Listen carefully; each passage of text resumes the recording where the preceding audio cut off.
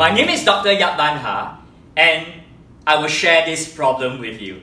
This problem is an investigation about three friends, Spiky, Curly, and Bunny, sharing two pieces of something that can be cut up. Pieces of paper, cakes, pies, pizza, and afterwards, we continue by investigating what if there are four friends sharing three pieces. And we continue like so. 5 friends share equally 4 pieces. And then 6 friends share equally 5 pieces.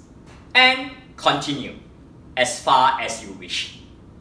And see how much of that thing each of them gets. You have materials like paper strips to represent the things that you have chosen.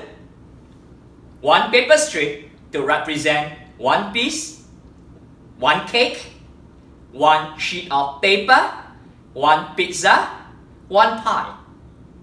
And you have pairs of scissors and the usual stationery. Talk to your friends about that. Remember, when we solve a problem, we try to solve it in more than one way. Hopefully, you can get method 1 and method 2. And perhaps, on clever days, you might even get method 3.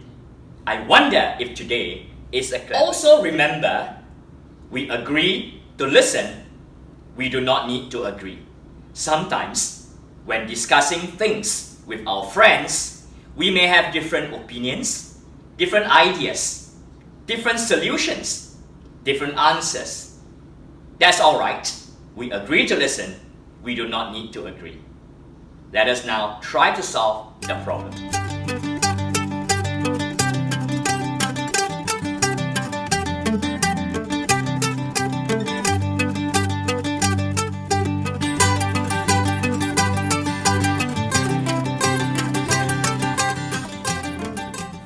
Method 1.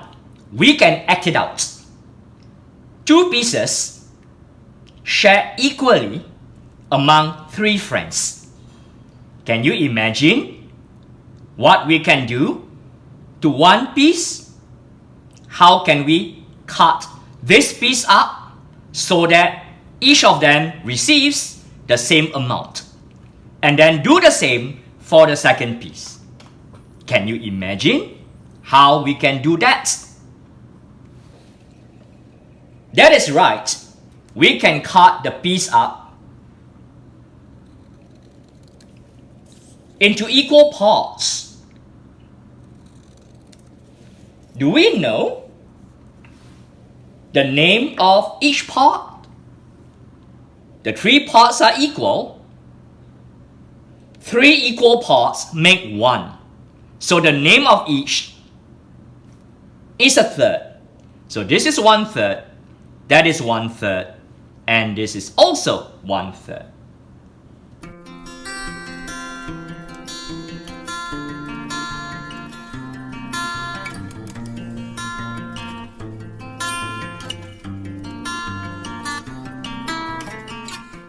So we can see that Spiky gets this, Curly get this, and Bunny get this, and we continue. And we can see that 3 friends sharing 2 pieces results in each of them getting 2/3.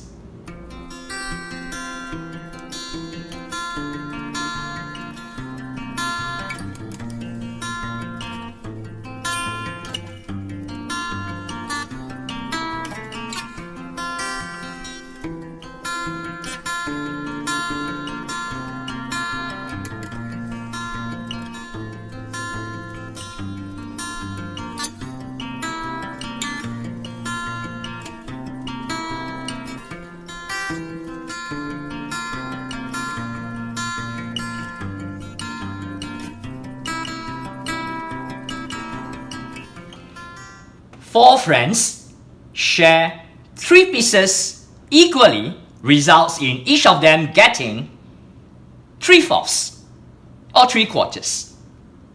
2 pieces shared equally among 3 friends results in each of them getting 2/3. We can write the results down like so. 3 pieces of whatever, 3 sheets of paper, 3 cakes, 3 pies, 3 pizzas, shared equally among 4 friends is the same as to say each of them receives 3/4 or 3/4. 2 pieces shared equally among 3 friends results in each of them getting 2/3 of whatever that they were sharing. Can you imagine the result? If we have 4 pieces shared equally among 5 friends, can you see how much of a piece does each of the friends get? Method 2. In method 2, 3 friends share 2 pieces equally. We can just solve the problem for 1 piece. Never mind the other one. 3 friends share 1 piece equally. How much does each of them get? That's easy, isn't it? That means each of them gets 1/3. So, if 1 piece shared equally among 3 friends result in each of them getting 1/3 of the piece, can you see that if we had 2 pieces instead of 1 being shared equally among the 3 of them, the result would be, that's right, double of what they used to get. And double of 1/3 is simply 2/3. Method 3.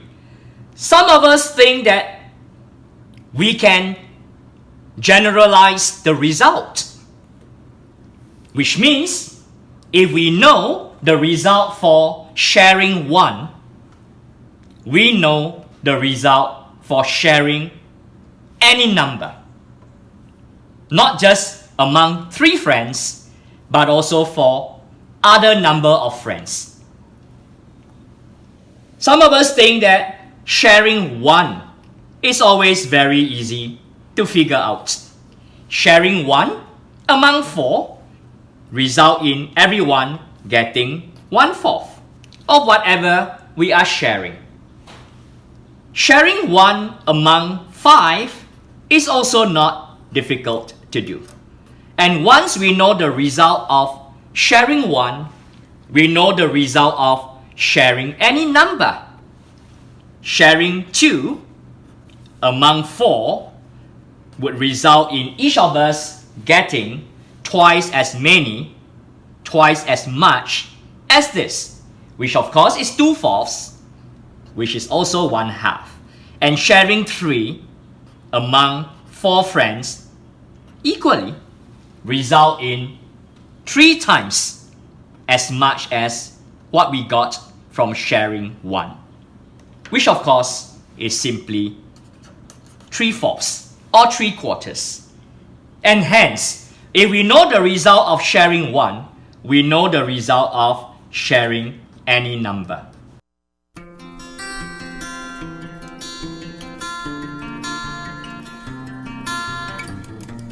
So some of us think that we can work out for sharing 1 among any number of friends. And when we know that result, we can figure out any number being shared among any number of friends. So today is a clever day. We have 3 different ways to solve today's problem. We have learned today's lesson well if we can understand any one of the methods.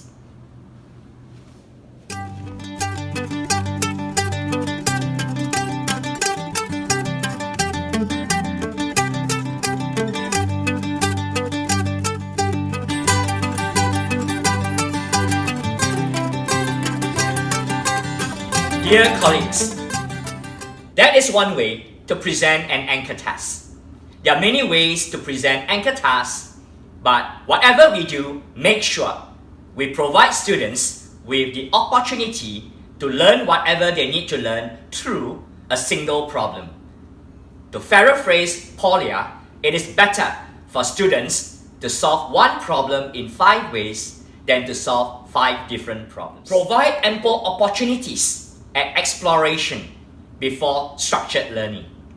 That's from Dean's theory. Provide concrete materials. Provide visuals, pictorial representations before they move on to abstraction. That is Bruner's CPA approach. Make sure there's ample opportunities for interaction and conversation. That is based on Vygotsky's theory. Also, Piaget's idea of children using their own natural spoken language to grapple with abstract ideas. Focus on conceptual understanding rather than tricks, formula, procedures. That is Scamm's theory. In a structured discussion, you would expect the struggling learners to be able to come up with at least one method outlined in Method 1. For average learners, they should be able to come up with Method 1 and Method 2. And if they're advanced learners in the class, Method 3 and beyond are some possibilities for them to challenge themselves. In this video, we see how we can implement an anchor task and conduct structured discussion.